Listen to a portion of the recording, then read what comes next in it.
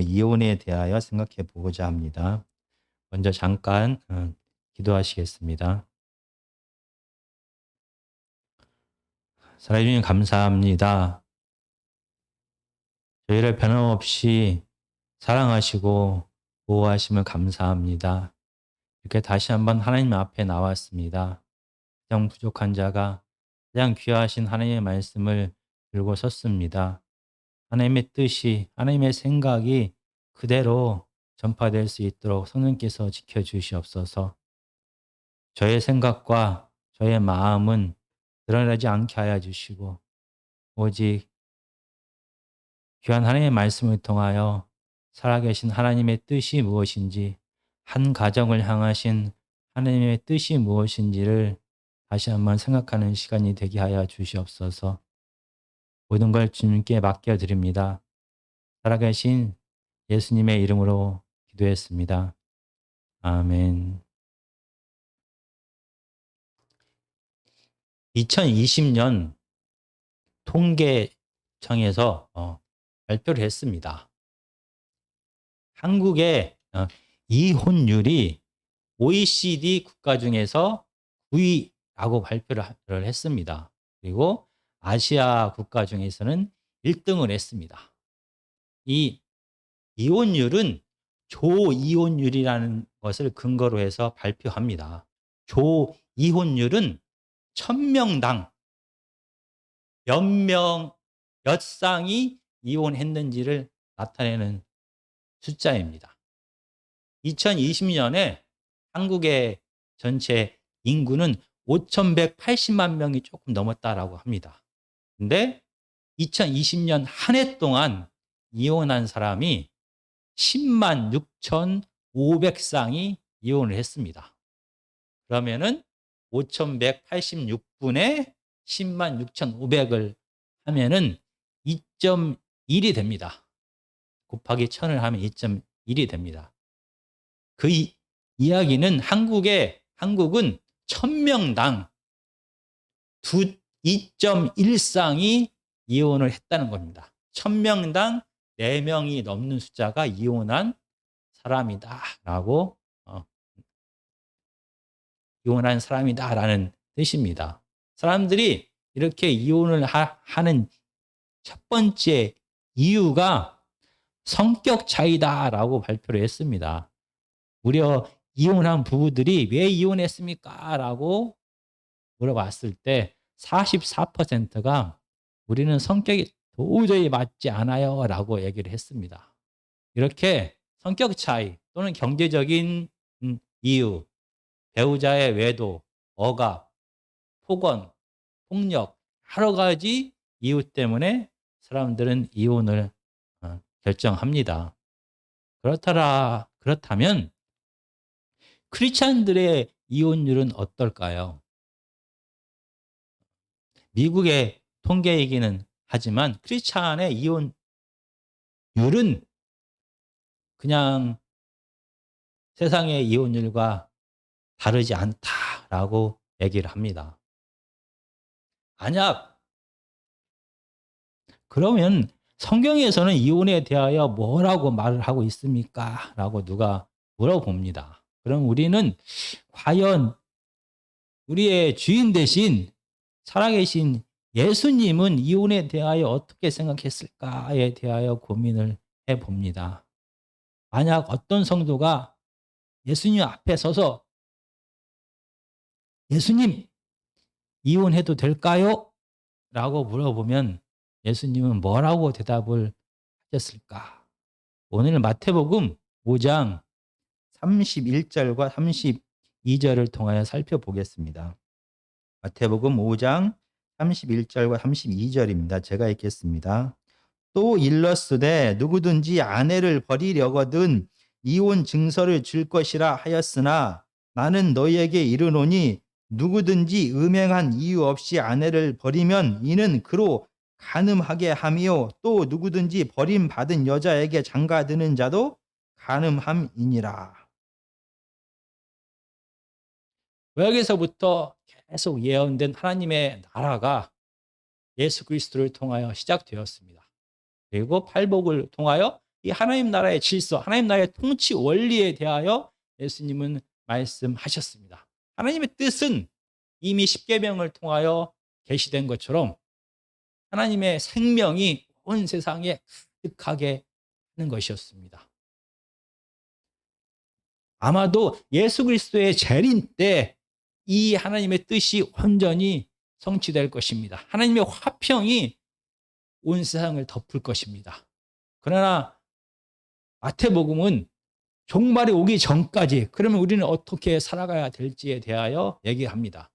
그리고 예수님은 하나님의 뜻이 종말에 완성이 되지만 하나님의 화평이 종말에 충만해지지만 종말이 되기 전까지 이 땅에서 하나님의 뜻을 실현하기를 원하셨습니다. 그래서 팔복을 통하여 이 하나님 나라의 창조 질서, 통치 원리를 지혜를 말씀하신 다음에 바로 하나님 나라의 백성이 이 팔복의 가치를 하나님 나라의 질서를 따르게 될 경우에 그들의 일상이 변하게 될 것이다 라고 말씀하셨습니다. 하나님 나라의 새로운 질서를 따르는 사람은 세상과 다르게 생각을 합니다. 하나님 나라의 새로운 통치 원리를 따르는 사람은 세상과 다르게 말을 합니다. 세상과 다르게 행동을 합니다. 세상과 다르게 이웃과의 관계를 맺기 시작합니다. 이렇게 하나님의 질서가 하나님의 백성들의 삶을 구체적으로 변화시킬 것을 예수님은 기대하셨습니다. 마지막 때가 아닌 종말을 살아가는 하나님의 백성들이 이 땅에서 하나님의 나라를 일상에서 실현하기를 예수님은 기대하셨습니다.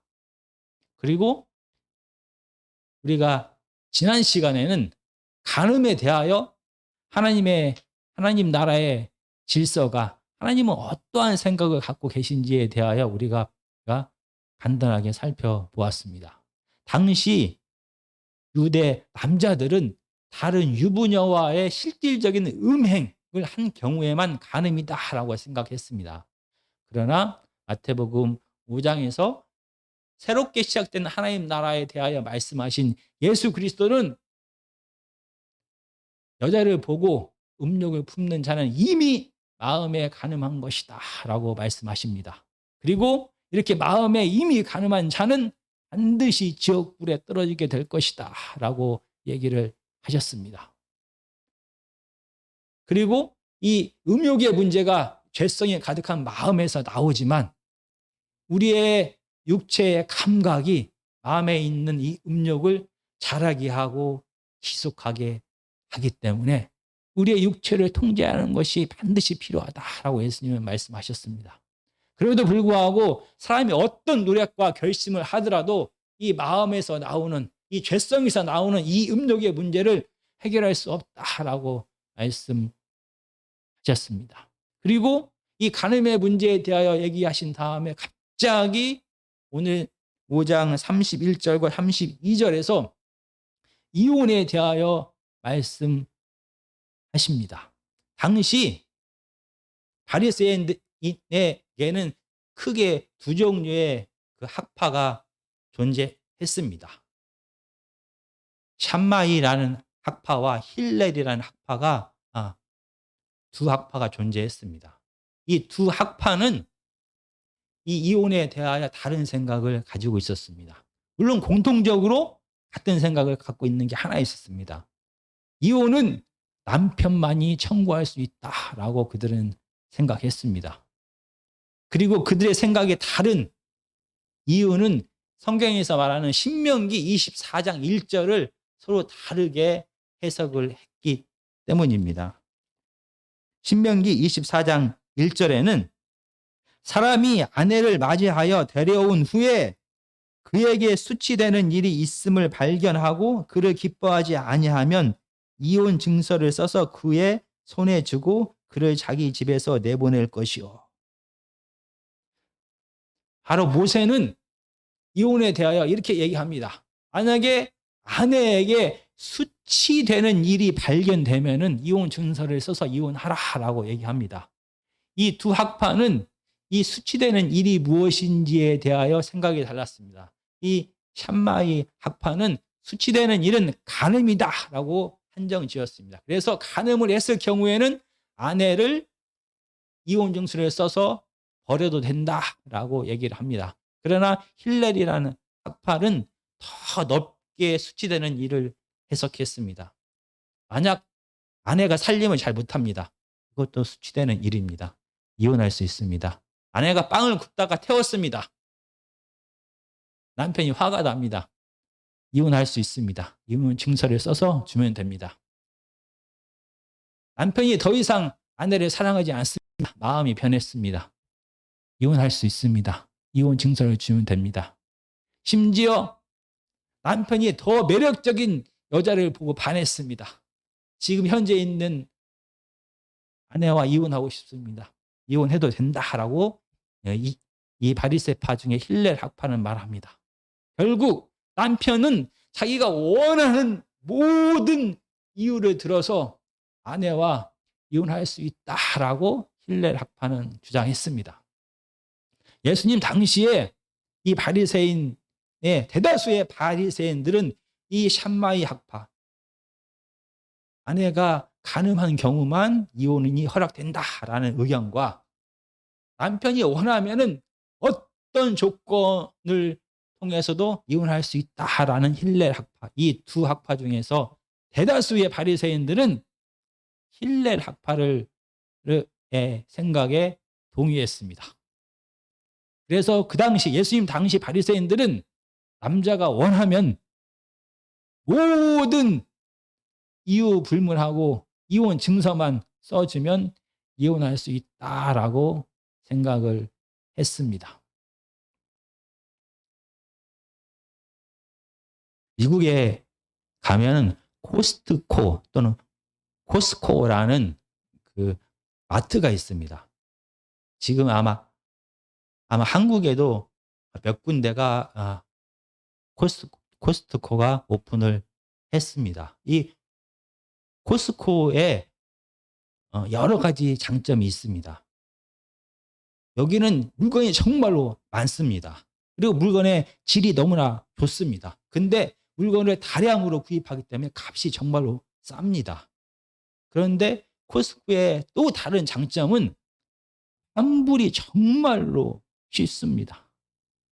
내가 산 어떤 물건을 사서 문제가 있다는 것을 발견되면은 바로 가서 교환을 요청하거나 돈으로 달라고 하면 바로 돈으로 돌려줍니다.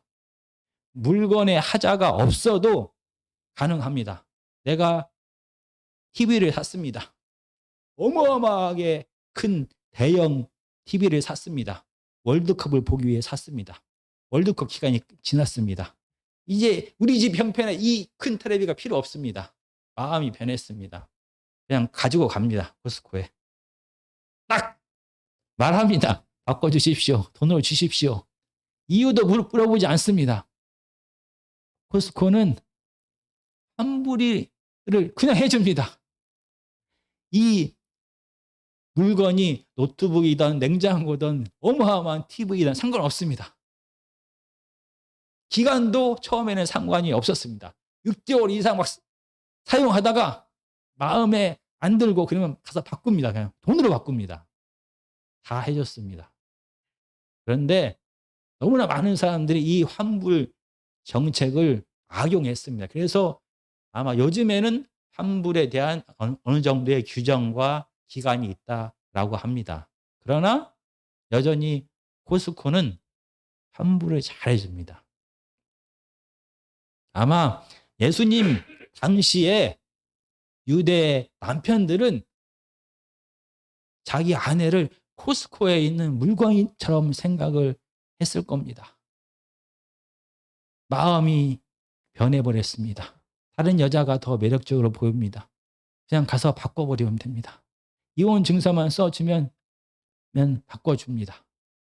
여기서 성경에서 말하는 이혼 증서라는 단어는 소유권 포기 각서라는 그런 단어로도 쓰입니다. 소유권 양도 증서라는 단어로도 쓰입니다. 왜냐하면 예수님 당시에 여자들은 물건이었습니다. 아버지의 물건이었고 남편의 물건이었습니다. 그래서 남편이 원하지 않으면 그냥 바꿔버릴 수 있었습니다. 이런 유대인들의 이혼에 대하여 오늘 마태복음 5장 31절과 32절에서는 예수님은 다른 말씀을 하십니다. 그들이 배척했던 샴마이 학파처럼 이혼이 가능하지만 오직 아내가 간음한 경우에, 음행한 경우에만 이혼이 가능하다라고 말씀하십니다. 그러면서 분명히 신명기 24장 1절을 바리새인들이 잘못 해석하였다라고 말씀하십니다. 그리고 그 결과 바리새인들의 가르침에 따라서 너무나 많은 남자들이 자기의 마음에 들지 않을 경우에 여러 가지 이유를 들어 이혼하게 되었습니다. 그러나 예수님의 해석에 의하면 이 이혼은 불법인 것입니다. 그 결과 이 이혼이 불법이기 때문에 이혼하여 버려진 여인과 결혼한 또 다른 남자는 또 간음을 행하게 되는 것이고 이 버려진 여자가 결혼하는 것도 간음을 행하는 것입니다. 왜냐하면 불법으로 행한 이 이혼은 무효가 되어서 이 부인은 여전히 첫 번째 남편의 아내인 것입니다. 그 결과 바리새인들의 가르침을 따른 결과 이스라엘 하나님의 공동체는 음란한 공동체가 되어버렸습니다. 그래서 새롭게 시작되는 하나님 나라의 질서에 대하여 말씀하시면서 예수님은 이 이혼에 대하여 다시 말씀하십니다. 그러면 우리가 알고 있는 것처럼 근본적으로 이혼을 하지 못하는 것입니까? 그런데 신명기 24장 1절의 말씀처럼 오늘 본문의 말씀도 자기 아내가 간음한 경우에는 이혼을 허락했습니다. 그런데 우리가 자세히 다시 한번 생각해 보면은 아내가 간음하여 이혼한 경우는 정말로 벌어지기가 힘듭니다. 당시 상황에서 여자는 스스로 사회활동을 하거나 독립적으로 경제활동을 하지 못했습니다. 어릴 때는 아버지의 보호와 관리를 받았습니다. 결혼해서는 남편의 관리를 받았습니다. 그 상태에서 다른 남자와 간음할 수 있는 기회는 너무나 적습니다. 그래서 실질적으로 여자가 간음한 경우는 너무나 적었다라고 생각이 됩니다. 그리고 설령 간음한 현장이 발각되었다 할지라도 어쩌면은 당시 여자를 물건으로 생각했던 그 당시 남자들의 생각을 반영해서 생각해 보면 어쩌면은 그건 간음이 아니라 서로 간통한 것이 아니라 성폭행을 당했을 가능성이 더 크다는 것입니다. 마치 구약에서 다윗이 밧세바를 성폭행한 것처럼 그 힘에 의하여 권력에 의하여 그런 일을 당했을 가능성이 더 많습니다. 그렇다라고 하면 실질적으로 어쩌면 예수님은 이 이혼에 대하여 가능한 한 이혼을 하지 마라라고 말씀하고 계시는 것입니다. 그렇다라고 하면 왜 마태복음 5장 31절과 32절에서 갑자기 앞부분에서 간음에 대한 얘기를 계속 합니다. 그러다가 이 이혼에 대한 얘기로 갑자기 넘어가게 되었습니다. 왜 간음에 대한 얘기를 하시다가 이혼에 대하여 예수님은 말씀하셨을까에 대해 생각해 봅니다. 어쩌면은 이 가정의 중요성에 대하여 예수님은 말씀하고 싶었던 것이라고 생각합니다. 이 음행의 문제, 간음의 문제를 해결할 수 있는 가장 근본적인 열쇠가 바로 부부간의 올바른 관계에 있다라고 아마 예수님은 생각했을 것입니다. 그러면 예수님이 생각하는 올바른 부부간의 관계는 무엇입니까? 마태복음 19장에서 다시 한번 예수님은 길게 이혼에 대하여 설명을 합니다.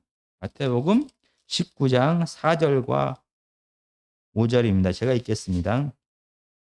예수께서 대답하여 이르시되 사람을 지으신 이가 본래 그들을 남자와 여자로 지으시고 말씀하시기를 그러므로 사람이 그 부모를 떠나서 아내에게 합하여 그 둘이 한 몸이 될지니라 하신 것을 읽지 못하였느냐. 바로 예수님은 이 부부간의 관계를 서로 다른 두 사람이 합하여 하나가 된 것이 바로 부부다라고 예수님은 얘기를 하셨습니다. 당시 유대인들은 신명기 24장 1절에 모세의 이혼 증서를 증거로 내밀면서 이혼을 허락했습니다. 그러나 마태복음에서 예수님은 모세의 이혼 증서가 아닌 하나님이 맨 처음에 남자와 여자를 만드시고 가정을 만드신 창조의 원리를 통하여 이혼의 문제를 접근하셨습니다. 바로 창세기 2장 24절입니다. 우리가 다시 한번 찾아보겠습니다. 창세기 2장 24절에 보면은 이러므로 남자가 부모를 떠나 그의 아내와 합하여 둘이 한 몸을 이룰지니라 라고 기록합니다. 바로 이 결혼이라는 것은, 부부라는 것은 두 사람이 합하여 한 몸이 된 것이다 라고 얘기합니다.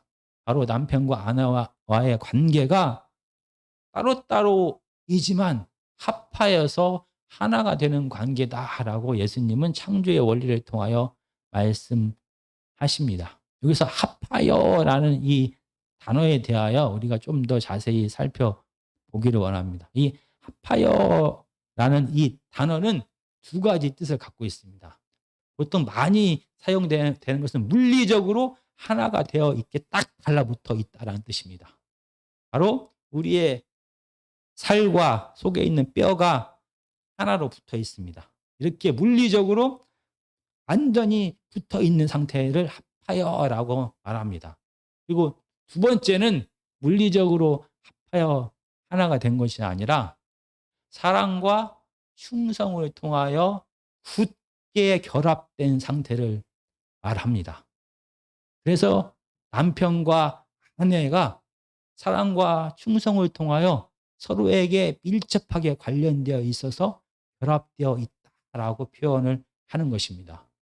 그리고 이러한 합하여라는 관계를 또 사용한 구약 성경의 예를 살펴보면 하나님과 이스라엘 백성들과의 관계에 대하여 이렇게 표현합니다. 생명 대신 하나님께 이스라엘 백성들이 합하여 있다라고 얘기합니다. 생명 대신 하나님께 이스라엘 백성들이 의지하고 온전히 연합된 상태를 이 합하여라고 말을 합니다. 그렇다라고 하면은 성경에서 말하는 예수님께서 말씀하셨던 남편과 아내와의 관계는 이렇게 서로 다른 두 존재가 사랑과 충성을 통하여 연합하여 한 몸이 되어진 상태를 말하는 것입니다. 그래서 이런 창조 원리가 그대로 아담의 고백 속에 드러납니다. 아담이 하와를 처음 보았을 때 이는 내 살 중에 살이요 뼈 중에 뼈다라는 고백을 하게 됩니다. 특히 우리의 육체와 살과 뼈가 분리할 수 없이 완전히 하나처럼 결합되어 있는 것처럼 아담과 하와의 관계가 이렇게 언약을 통하여 완전히 하나 되어 있다, 결합되어 있다라고 표현을 했습니다. 하나님께서 그걸 가르쳐 준 것도 아닙니다. 범죄하기 전에 아담은 자기 아내 하와를 보고 언약을 통하여 사랑과 충성으로 연합된 한 몸이다라고 고백을 합니다. 그러나 범죄한 이후에 아담의 고백은 다릅니다. 저 여자 때문에 내가 범죄하였나이다. 아담과 하와를 분리하기 시작합니다. 그리고 이렇게 깨어진 남편과 아내와의 관계를 창세기 3장 16절은 하나님의 입을 통하여 이렇게 말을 합니다. 창세기 3장 16절에 보면은 너는 남편을 원하고 남편은 너를 다스릴 것이니라 하시고, 너는 남편을 원하고 남편은 너를 다스릴 것이다. 이 말의 의미는 이 히브리 이 사람들은 글을 쓸 때 반복되는 것을 생략했습니다. 생략되지 않고 그대로 다시 한번 반복되는 생략한 것을 집어넣어서 이 부분을 해석해 보겠습니다. 하와 너는 남편을 다스리기를 원하고 남편 아담은 너를 다스리기를 원할 것이다 라고 얘기합니다. 서로가 서로에게 연합된 한 몸이었던 관계가 범죄한 이후에 서로가 서로를 다스리기를 원하는 관계로 변할 것을 하나님은 말씀하셨습니다. 그 결과 힘이 있는 쪽이 힘 없는 상대방을 수단화합니다. 내 힘과 쾌락을 얻기 위하여 그 사람을 억누르고 다스리게 되는 것입니다. 이 사랑의 관계가 하나가 되어야 될 사랑의 관계가 전쟁의 관계, 다툼의 관계, 수단화하는 관계가 됩니다. 그 결과 힘 있는 자는 자기의 힘과 쾌락을 위하여 힘 없는 자를 수단처럼 여기게 되는 것입니다. 범죄한 이후에 이렇게 남자와 여자와의 관계는 깨어지게 되어서 힘을 가진 쪽이 힘 없는 쪽을 수단화하여 이용하여 자기에게 유익이 되도록 사용하였던 것입니다. 그 결과 오랜 시간 동안 남자가 힘과 권력과 경제적인 모든 것을 다 주관하게 되었고, 함께 사랑과 충성으로 연합해야 될 관계가 아닌 여인을 자기의 쾌락을 위한, 자기의 안정을 위한 수단으로 생각했습니다. 단지 여인은 그냥 물건이었습니다. 이렇게 깨어진 관계 속에서 어떻게 한 남자와 한 여자가 결혼을 하고 이 깨어진 관계를 회복하지 않으면 이 관계가 계속 유지될 수가 없는 것입니다.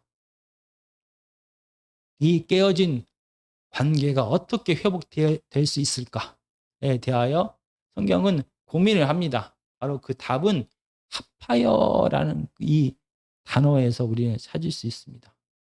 사랑과 충성으로 연합될 때만 이 깨어진 관계가 회복되고 온전한 하나됨이 이루어질 수가 있는 것입니다. 이혼할 때 가장 이혼의 이유의 1위가 성격 차이입니다. 아마 어떻게 성격 차이로 이혼을 하지라고 사람들은 생각할 수도 있습니다. 그러나 그렇지 않다는 것을 우리는 잘 알고 있습니다. 서로 다른 두 사람이 만나서 생활합니다. 성격도 원래 다릅니다. 결혼하기 전까지 살아온 모든 시간 동안 환경도 다릅니다. 그리고 이 죄를 범한 사람의 마음 속에는 바로 죄성이 있습니다. 스스로가 내가 원하는 것을 하고 싶어하는 이 죄성이 다 존재합니다. 이 세 가지 각각 다른 사람이 만납니다. 만나서 살다 보면 자연스럽게 알게 됩니다. 그들의 생각이 얼마나 다른지, 그들의 환경이 얼마나 다른지, 그들이 성품이 얼마나 다른지, 그들의 이기심이 얼마나 지독하여서 절대 손해를 안 보려고 하는지 우리는 다 알고 있습니다. 그 결과 부부가 온전히 사랑과 충성으로 연합되어서 하나 될 수는 없습니다. 결혼하기 전에 드러나지 않았던 작은 차이들이 결혼한 다음에는 생활이 됩니다. 매 순간마다 모든 일을 결정하는 순간에 모든 일에 생각하는 그런 방법도 다 다르고 모든 일을 행하는 것도 다르고 모든 것에 대해 반응하는 것도 다르고 너무나 다릅니다. 그래서 이 온전한 하나됨이 깨어지게 되는 것입니다. 그런데 이렇게 다른 두 사람이 합하여 하나가 되는 것이 바로 결혼이고 부부 생활인 것입니다.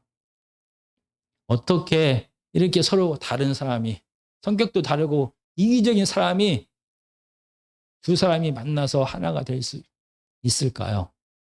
좀 전에 말씀드린 것처럼 사랑과 충성을 통하여 이게 가능합니다.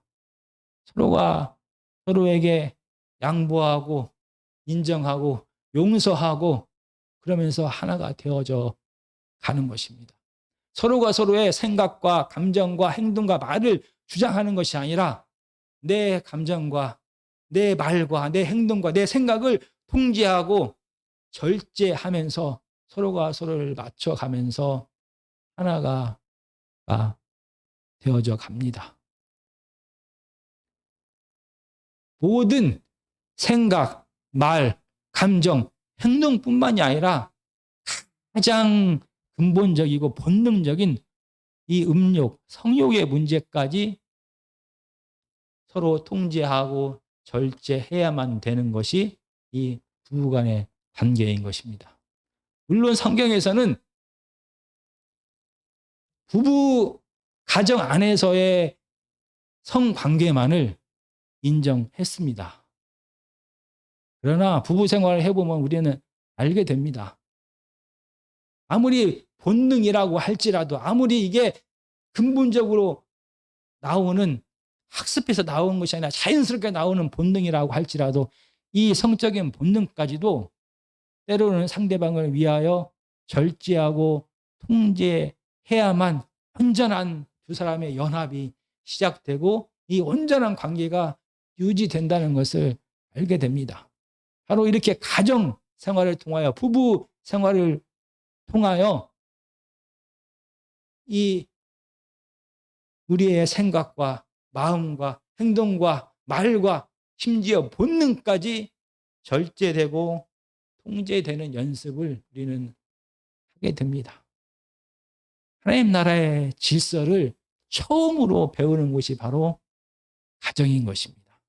하나님 나라의 질서가 처음으로 실현되는 곳이 가정인 것입니다. 그래서 만약 가정에 문제가 생기면 그 사회는 희망이 없는 것입니다.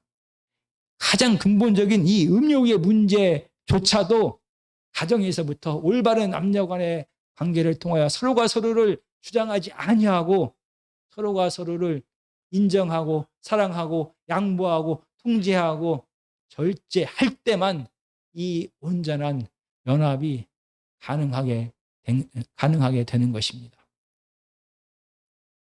그래서 바리새인들은 모세의 율법을 통하여 이혼을 허락했지만 예수 그리스도는 하나님의 창조의 질서를 가지고 와서 이혼에 대하여 말씀하십니다. 이렇게 가정이 정말로 소중하다라고 얘기합니다.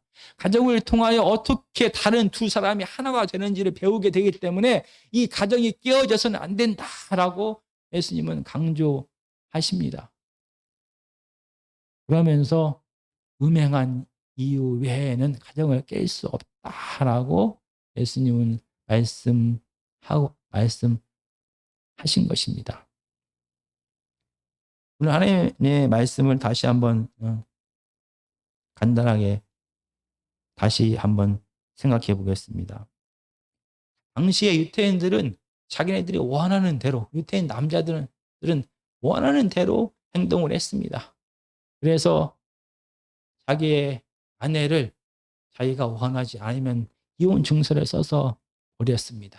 왜냐하면 아내는 자기에게 안정과 쾌락을 주는 그냥 존재 소유물에 불과했습니다. 더 이상 아내를 통하여 기쁨을 얻지 못한다라고 생각하면은 아니면 더 다른 여인이 자기에게 더 큰 쾌락을 줄 것 같으면은 유태인 남자는 그냥 아내를 버렸습니다. 이런 지독한 이기적인 발상에 바리새인들은 협조했습니다. 하나님의 말씀을 잘못 해석하여 유대인들의 이혼을 부추겼습니다. 그 결과 하나님의 백성, 이스라엘 백성 안에는 간음이, 음란함이 넘쳐나게 되었던 것입니다.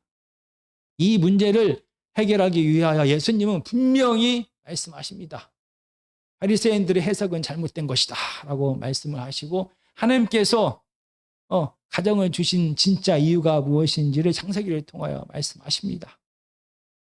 하나님의 나라가 가정에서부터 시작된다. 서로 다른 두 사람이 어떻게 서로가 합하여 하나가 되는지를 배우게 될 것이다. 그 안에서 내 생각, 내 감정, 내 말, 내 행동, 심지어 내 본능까지도 절제하고 통제될 때, 그때야 비로소 두 사람의 원만한 관계가 시작이 되고 계속 유지가 될 수 있다라고 예수님은 말씀하셨습니다.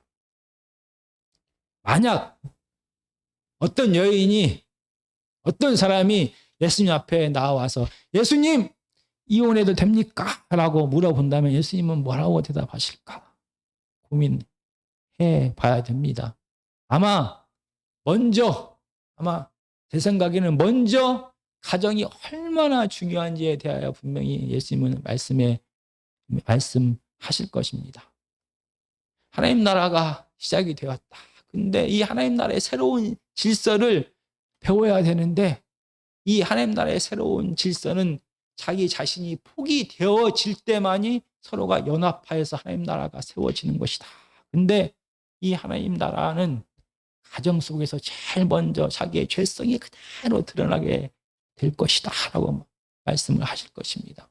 다른 사람들 앞에서는 건강한 척, 의로운 척, 하나님을 사랑하는 척 할 수 있습니다. 그러나 이 평범한 일상 속에서 자기 아내, 자기 남편 앞에서는 우리의 진짜 마음이 그대로 드러납니다. 내가 얼마나 이기적인 사람인지, 내가 얼마나 마음이 좁은지, 내가 얼마나 나 자신만을 사랑하는지 다 드러나게 됩니다. 이 여러 사람도 아닌 한 사람과 온전히 연합하는 것을 가정을 통하여 배워야만, 그래서 우리 안에 있는 죄성이 통제되고 절제되는 것을 배웠을 때만 바로 하나님의 공동체가 가정을 통하여 시작되고 확장될 수가 있다라고 예수님은 말씀하실 것입니다. 이렇게 가정이 정말로 중요하다라고 분명히 말씀하실 것입니다. 이 얘기를 듣고도 그럼에도 불구하고 이혼하고 싶어요 라고 예수님께 말씀하시면 예수님은 어떻게 대답을 하실까? 하나님의 사람 모세는 성경에 의로운 사람이다 라고 얘기를 합니다. 이 의로운 사람이라는 말은 하나님의 율법을 충성되이 지키는 사람이었다라는 뜻입니다. 그런데 그가 이혼 증서를 주면서 이혼하는 것을 허락했습니다.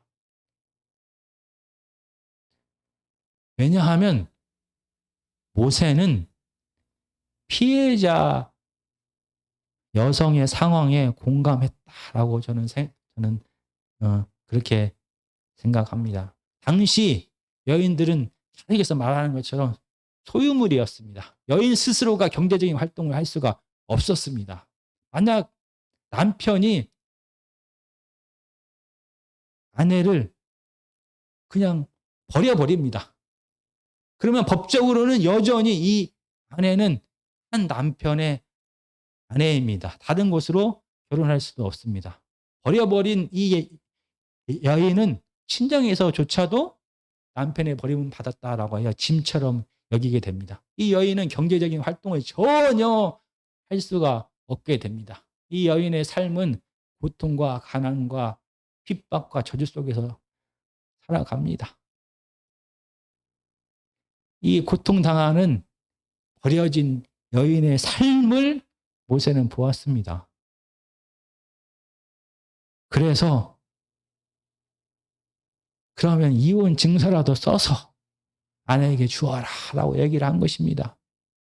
그래야 이 여인이 다시 결혼을 하여서 최소한 먹고 살 수 있는 길을 모세는 열어 주었던 것입니다.